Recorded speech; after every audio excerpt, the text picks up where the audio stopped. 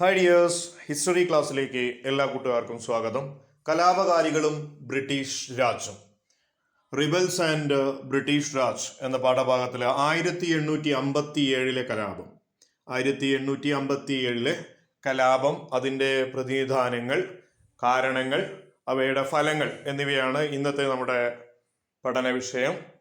1857 കലാപം ആസൂത്രണമോ ഏകോപനമോ ഉണ്ടായിരുന്നില്ല എന്ന് ചരിത്രകാരന്മാർ പറയാറുണ്ട്. അതിന് കാരണമെന്ത് എന്ന് നോക്കിക്കൊണ്ട് നമുക്ക് ക്ലാസ് സ്റ്റാർട്ട് ചെയ്യാം. കലാപകാരികൾക്കിടയിൽ ആസൂത്രണമോ ഏകോപനമോ ഉണ്ടായിരുന്നില്ല എന്നാണ് ചരിത്രകാരന്മാർ പൊതുവെ വിശ്വസിക്കുന്നത്. എന്നാൽ കലാപത്തിനിറങ്ങിയ സേനാ വിഭാഗങ്ങൾക്കിടയിൽ ആസൂത്രണവും ഏകോപനവും നിലനിന്നിരുന്നു എന്ന് സമീപകാല പഠനങ്ങൾ തെളിയിക്കുന്നു. അവർ വിവരങ്ങൾ പരസ്പരം കൈമാറിയിരുന്നു എന്നാണ് സൂചിപ്പിക്കുന്നത്. ഒരു നഗരത്തിലെ കലാപ വാർത്ത മറ്റൊരു നഗരത്തിലെത്താൻ, അതുപോലെ അവിടെ കലാപം പൊട്ടിപ്പുറപ്പെടാനും ഒക്കെ ഈ വാർത്തകൾ പരസ്പരം കൈമാറ്റം ചെയ്തിരുന്നതായി സൂചിപ്പിക്കപ്പെടുന്നുണ്ട്. ഓരോ പട്ടാള താവളങ്ങളിലും ഉണ്ടായ സംഭവ പരമ്പരകൾ ഒരു സമാന രീതി പിന്തുടർന്നിരുന്നു എന്നതാണ് മറ്റൊരു വസ്തുത. ശിപ്പായിമാരും അവരുടെ സന്ദേശവാഹകരും ഒരു കേന്ദ്രത്തിൽ നിന്ന് മറ്റൊരു കേന്ദ്രത്തിലേക്ക് ആശയങ്ങളും അവരുടെ പദ്ധതികളും കൈമാറിയിരുന്നു. ശിപ്പായിമാർ ഒരേ നിരകളിലാണ് താമസിച്ചിരുന്നത് എന്നതിനാൽ ഒരുമിച്ചിരുന്ന് അവരുടെ ഭാവിയെക്കുറിച്ച് ആലോചിക്കാനും തീരുമാനമെടുക്കാനും ആസൂത്രണം ചെയ്യാനും ഒക്കെ അവർക്ക് സാധിച്ചിരുന്നു എന്നുള്ളതുകൊണ്ട് 1857 കലാപത്തിന് കൃത്യമായ ആസൂത്രണം ഉണ്ടായിരുന്നു, ഏകോപനം ഉണ്ടായിരുന്നു എന്നതിനുള്ള തെളിവുകളാണ്. 1857 കലാപത്തിന് നയിച്ച നേതാക്കൾ ആരായിരുന്നു എന്ന് നമുക്കൊന്ന് നോക്കാം. ഇതൊരു പ്രധാനപ്പെട്ട ഘടകമാണ്, എല്ലാ പരീക്ഷയ്ക്കും ചോദിക്കുന്ന ഒന്നാണ്. 1857 കലാപത്തിന്റെ നേതാക്കൾ ആരായിരുന്നു എന്നുള്ളത്. ഡൽഹിയിൽ നിന്ന് കലാപം നയിച്ചത് മുഗൾ ചക്രവർത്തിയായിരുന്ന ബഹദൂർ ഷാ സഫർ ആയിരുന്നു. ബഹദൂർ ഷാ സഫർ അല്ലെങ്കിൽ ബഹദൂർ ഷാ രണ്ടാമൻ എന്നാണ് അറിയപ്പെട്ടിരുന്നത്. കാൺപൂരിൽ നിന്ന് നയിച്ചത് നാനാ സാഹിബും താന്തിയ തോപ്പിയുമായിരുന്നു.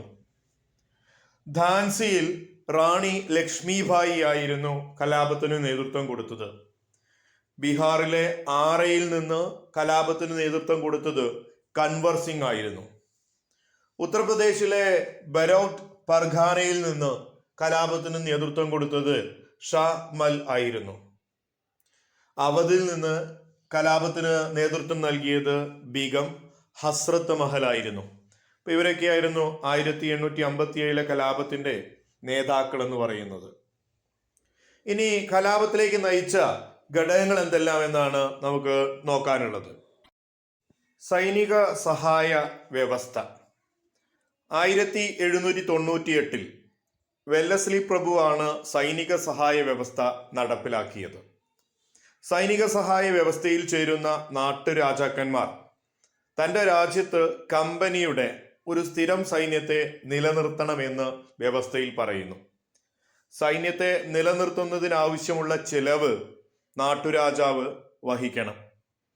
സൈനിക സഹായ വ്യവസ്ഥയിൽ ചേരുന്ന നാട്ടുരാജ്യം ബ്രിട്ടീഷുകാരുടെ അനുമതിയില്ലാതെ മറ്റു രാജ്യങ്ങളുമായി ഉടമ്പടികളിൽ ഏർപ്പെടാനോ യുദ്ധം ചെയ്യാനോ പാടില്ല. നാട്ടുരാജ്യത്തിന്റെ സംരക്ഷണം കമ്പനി ഏറ്റെടുക്കുകയും ആഭ്യന്തരവും വൈദേശികവുമായ ഭീഷണിയിൽ നിന്ന് അവരെ സംരക്ഷിക്കാനുള്ള ഉത്തരവാദിത്വം ബ്രിട്ടീഷുകാർക്കായിരിക്കുമെന്നും ഈ വ്യവസ്ഥയിൽ പറയുന്നു.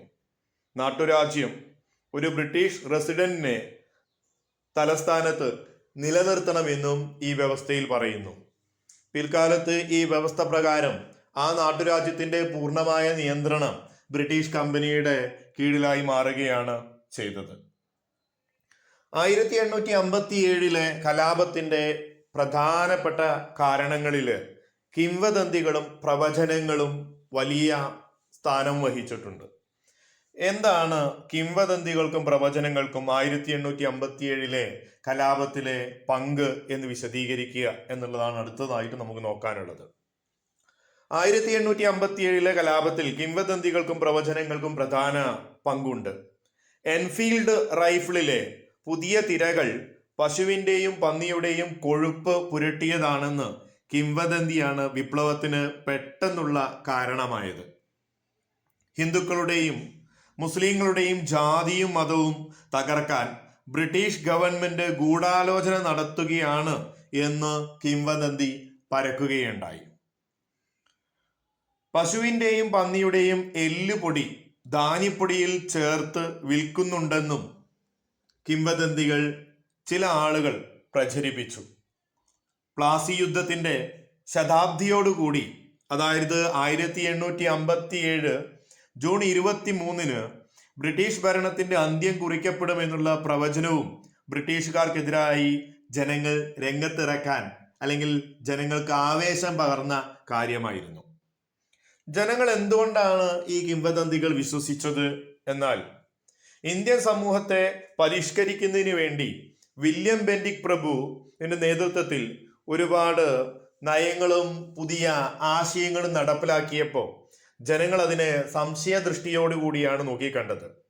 ബ്രിട്ടീഷുകാർ പാശ്ചാത്യ വിദ്യാഭ്യാസവും പാശ്ചാത്യ ആശയങ്ങളും ഇന്ത്യയിൽ കൊണ്ടുവന്നു.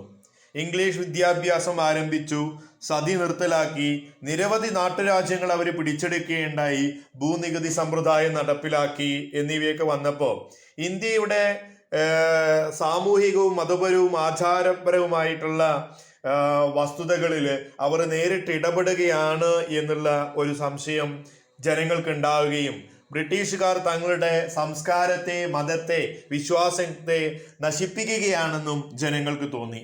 ഇത്തരം നടപടികൾ ജനങ്ങൾ വളരെ സംശയത്തോടു കൂടിയാണ് നോക്കിക്കണ്ടത്. 1857 കലാപത്തിന്റെ മറ്റൊരു കാരണം ശിപ്പായിമാരുടെ പ്രശ്നങ്ങളായിരുന്നു. ശിപ്പായിമാർക്കുടെ പ്രശ്നങ്ങളും ആവലാതികളും എന്തായിരുന്നു എന്നാണ്. കുറഞ്ഞ വേതനമായിരുന്നു ശിപ്പായിമാർക്ക് ലഭിച്ചിരുന്നത്. ഭക്ഷണവും താമസവും വളരെ മോശമായിരുന്നു. അവധി കിട്ടാൻ വളരെ പ്രയാസമായിരുന്നു. താടി, തലപ്പാവ് എന്നിവ ധരിക്കുന്നതിന് വിലക്ക് ഉണ്ടായത് മതവികാരത്തെ വ്രണപ്പെടുത്തി.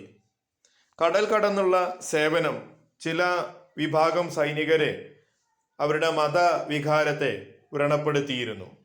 ഇതിനു പുറമെ ബ്രിട്ടീഷുകാരിൽ നിന്ന് ഇന്ത്യക്കാർക്ക് വംശീയമായ വിവേചനം നേരിടേണ്ടി വന്നു എന്നതെല്ലാം ശിപ്പായിമാർ നേരിട്ട പ്രശ്നങ്ങളായിരുന്നു. ഇതും 1857 കലാപത്തിന് കാരണമായി. അടുത്തതായി നമുക്ക് നോക്കാനുള്ളത് ഈ കലാപത്തെ എങ്ങനെയാണ് ബ്രിട്ടീഷുകാർ നേരിട്ടത്, അതിന് അവരെന്തെല്ലാം നടപടികൾ സ്വീകരിച്ചു എന്നാണ്. കലാപത്തെ അടിച്ചമർത്തുന്നതിന് ബ്രിട്ടീഷുകാർ പല മാർഗങ്ങൾ സ്വീകരിച്ചു. പ്രധാനമായും നമുക്കവയെ 3 തരങ്ങളായി വേർതിരിക്കാം. ഒന്നാമത്തത് നിയമപരമായ നടപടികൾ എന്നാണ്. കലാപത്തെ അടിച്ചമർത്താൻ ധാരാളം നിയമങ്ങൾ പാസാക്കി. ഉത്തരേന്ത്യ മുഴുവൻ പട്ടാള നിയമം പാസാക്കി എന്നതാണ് ഒരു പ്രത്യേകത. കലാപകാരികളെ വിചാരണ ചെയ്യാനും ശിക്ഷിക്കാനുമുള്ള അധികാരം സൈനിക ഉദ്യോഗസ്ഥന്മാർക്ക് നൽകി. കലാപകാരികൾക്ക് മരണശിക്ഷയായിരുന്നു അവർ നൽകിയിരുന്നത്. രണ്ടാമത്തെ നടപടി എന്നത് സൈനിക നടപടിയായിരുന്നു. കലാപത്തെ അടിച്ചമർത്തുന്നതിന് വേണ്ടി ബ്രിട്ടീഷുകാർ അവരുടെ മികച്ച സൈനിക ശക്തിയെ ഉപയോഗപ്പെടുത്തി. കൂടുതൽ സൈന്യത്തെ ഇംഗ്ലണ്ടിൽ നിന്ന് വരുത്തി. കൊൽക്കത്തയിൽ നിന്ന് ഒരു സൈന്യം, അതുപോലെ പഞ്ചാബിൽ നിന്ന് മറ്റൊരു സൈന്യവും ഡൽഹിയെ ലക്ഷ്യമാക്കി നീങ്ങി, ഡൽഹിയിലെ കലാപത്തെ അടിച്ചമർത്താൻ വേണ്ടി. കലാപ കേന്ദ്രങ്ങൾ എല്ലാം ബ്രിട്ടീഷുകാർ തിരിച്ചു പിടിച്ചു. മൂന്നാമത്തെ നടപടി നയതന്ത്രമായ നടപടിയാണ്. എന്തായിരുന്നു നയതന്ത്രപരമായ നടപടികൾ? ഭൂപ്രഭുക്കന്മാർ, കർഷകർ തമ്മിലുള്ള ഐക്യം അവർ തകർക്കാൻ ശ്രമിച്ചു. ഇന്ത്യയിലെ ഭൂപ്രഭുക്കന്മാരും കർഷകരും തമ്മിൽ ഈ കലാപ കാലഘട്ടത്തിൽ ഐക്യത്തിലായിരുന്നു നിലകൊണ്ടിരുന്നത്. ഇന്ത്യക്കാരെന്നുള്ള ആശയത്തിൽ അതിനെ അവർ ഇല്ലാതാക്കാൻ ശ്രമിച്ചു. ഭൂപ്രഭുക്കന്മാരിൽ നിന്ന് പിടിച്ചെടുത്ത എസ്റ്റേറ്റുകൾ, അവരുടെ ഭൂമി, അത് തിരിച്ചു നൽകാം എന്ന് ബ്രിട്ടീഷുകാർ പ്രഭുക്കന്മാർക്ക് വാഗ്ദാനം നൽകി. തങ്ങളുടെ കൂടെ നിൽക്കുകയാണെങ്കിൽ പിടിച്ചെടുക്കപ്പെട്ട നികുതി വ്യവസ്ഥ പ്രകാരം പിടിച്ചെടുക്കപ്പെട്ട ഭൂമി തിരിച്ചു നൽകാമെന്നും ഞങ്ങളെ സഹായിക്കണമെന്നുമുള്ള ഒരു ആശയം അവർ മുന്നോട്ട് വെച്ചു. ഇത്തരത്തില് 3 നടപടികളായിരുന്നു കലാപത്തെ അടിച്ചമർത്താൻ വേണ്ടി ബ്രിട്ടീഷുകാർ നിയോഗിച്ചത്. നിയമപരമായ നടപടികൾ, സൈനിക നടപടികൾ, നയതന്ത്രപരമായ നടപടികൾ എന്നിവയായിരുന്നു അവ. ഇത്രയുമാണ് 1857 കലാപവുമായി ബന്ധപ്പെട്ടിട്ട് നമുക്ക് കൃത്യമായി പഠിക്കേണ്ടത്. എല്ലാ പരീക്ഷയ്ക്കും സ്ഥിരമായി ചോദിക്കുന്ന ഒരു ചോദ്യമാണ് 1857 കലാപം നടന്ന സ്ഥലങ്ങൾ, കലാപത്തിന് നേതൃത്വം കൊടുത്ത വ്യക്തികൾ, അതിനുള്ള കാരണങ്ങൾ, ഫലങ്ങൾ, എങ്ങനെ കലാപത്തെ ബ്രിട്ടീഷുകാർ അടിച്ചമർത്തി എന്നുള്ളത്. അപ്പോൾ എല്ലാവരും കൃത്യമായിട്ട് ഇത് പഠിക്കുക. നല്ല മാർക്ക് വാങ്ങിക്കാൻ എല്ലാവർക്കും സാധിക്കട്ടെ എന്ന് ആശംസിക്കുന്നു. വീണ്ടും പുതിയൊരു അധ്യായവുമായി അടുത്ത എപ്പിസോഡിൽ കണ്ടുമുട്ടുന്നത് വരെ ഗുഡ് ബൈ.